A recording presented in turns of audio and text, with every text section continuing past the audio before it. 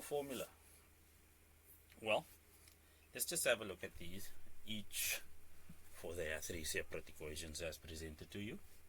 Well, in this case, we have an equation being equal to 5. To apply the zero product rule or the formula, we need our equations in standard form, which means we're going to need to simplify everything over here.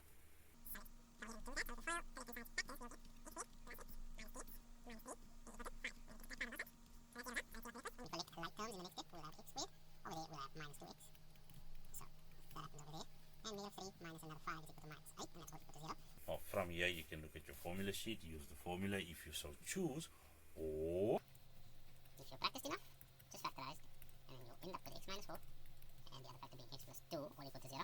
Well, from this, it's just the zero product rule application, and we'll have x minus 4 equal to 0, or x plus 2 equal to 0. Therefore, x is equal to 4, or x is equal to negative 2. Well, the first one is as simple as that. Are you finished? Our left hand side is not equal to 0, which means we need to simplify the entire equation first. So we'll have distribution over there of the x into the binomials, which gives us x squared plus x. And then of course we can subtract 6 from both sides, which will zero out the right hand side, but we'll have minus 6 on the left.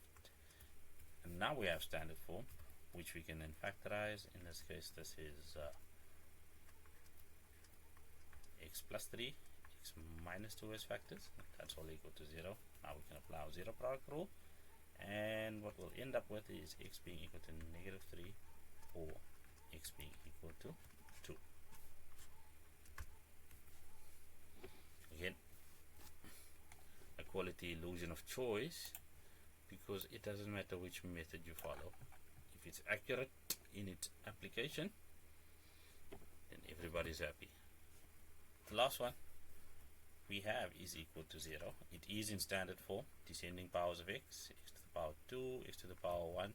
Our constant value in this case, we have c is equal to 0, and the whole thing is equal to 0 as well. So standard form, got it. Now we can factorize it. It'll just be x, and then x minus 6. Why? Because x is a common factor for both terms on the left, and that's all equal to 0. From here, applying our zero product rule, just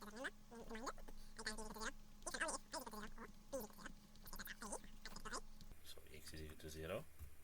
Again, it's alone, or x minus 6 is equal to 0.